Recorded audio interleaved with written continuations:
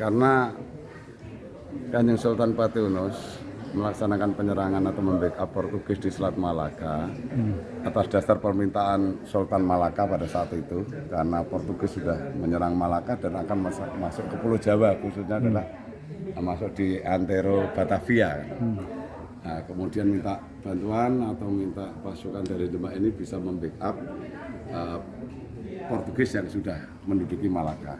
Kemudian pertama kali berangkat, insya Allah kalau tidak salah, cerita saat itu ada 260 lebih mungkin kapal yang mengangkut beberapa ribu pasukan. Alhamdulillah sampai semuanya hancur, semuanya kapal yang pulang ke sini hanya 2 kapal, semuanya adalah habis di Selat Malaka karena ternyata pasukan Portugis ini sudah menggunakan meriam. Jadi kita sementara hanya menggunakan pedang, terus kemudian tombak, juga panah, juga mungkin keris bahkan yang sangat relatif tidak bisa menjago membackup senjata dari Portugis yang sudah menggunakan senjata modern dan bahkan meriam. Kemudian pasukan kita habis, kemudian kembali ke Kesultanan Demak Bintoro lagi untuk menyusun kekuatan lagi atau strategi perang lagi. Datang lagi lebih banyak membawa pasukan kapal, ternyata juga hancur kapal itu dan pasukan juga habis. Tinggal beberapa prajurit saja yang ikut pulang ke Demak. Kemudian yang ketiga, ini kita musyawarah dengan Wali Songo yang masih ada pada saat itu. Khususon adalah penasihat perang, yaitu Kanjeng Sunan Kalijogo dan Sunan Bonang, Raden Maktum Ibrahim, yang punya strategi perang yang sangat bagus yang mungkin sekarang masih digunakan oleh pasukan kita, yaitu sistem gunting. Jadi pasukan ada yang menyerang atau datang dari depan, ada samping kanan kiri, dari belakang maupun dari sisi lain. Jadi sistem gunting. Serangan ketiga ini yang Patiunus ikut. Yang ketiga, alhamdulillah bisa berhasil pada saat itu.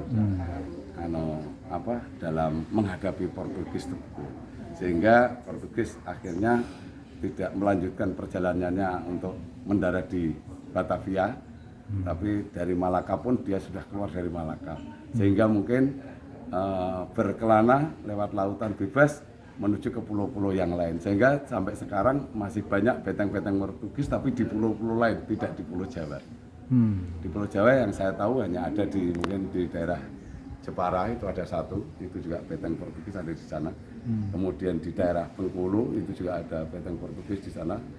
Kemudian di Sulawesi juga masih ada beteng Portugis. Bahkan mungkin di daerah NTT atau NTB di sana. Jadi di luar Pulau Jawa itu banyak beteng-beteng Portugis yang masuk secara skala kecil, Mas, dan tidak bisa menguasai Jawa sepenuhnya.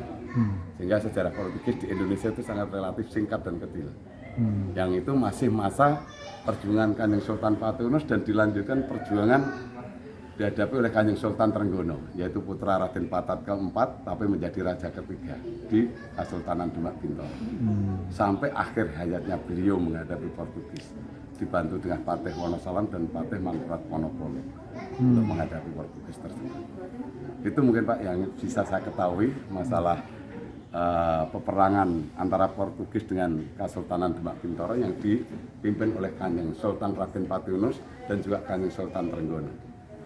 Jadi Raden Patiunus tidak meninggal dalam pertempuran? Tidak, meninggalnya karena mungkin kelelahan Pak ya, karena sakit ya. Jadi beliau karena sakit tidak meninggal di Selat Malaka, tapi meninggal karena sakit di Kesultanan Demak. Dan sejak serangan pertama ikut terus? Ikut terus, karena beliau yang langsung mimpin. Beliau sebagai Sultan juga ikut menjadi Panglima Perang, juga menjadi Senopati Perang. Kalau banyak benar itu kapal yang kita produksi pada masa itu, ini berarti hutan ya? Itu masa itu udah banyak Pak. Karena memang menurut catatan sejarah leluhur kita itu kan memang orang-orang pelaut. Jadi memang armada kapal itu sangat-sangat dibutuhkan untuk mencakup jarak yang lebih jauh. Bahkan untuk sarana pertempuran menghalau serangan-serangan dari pihak lawan. Makasih Pak.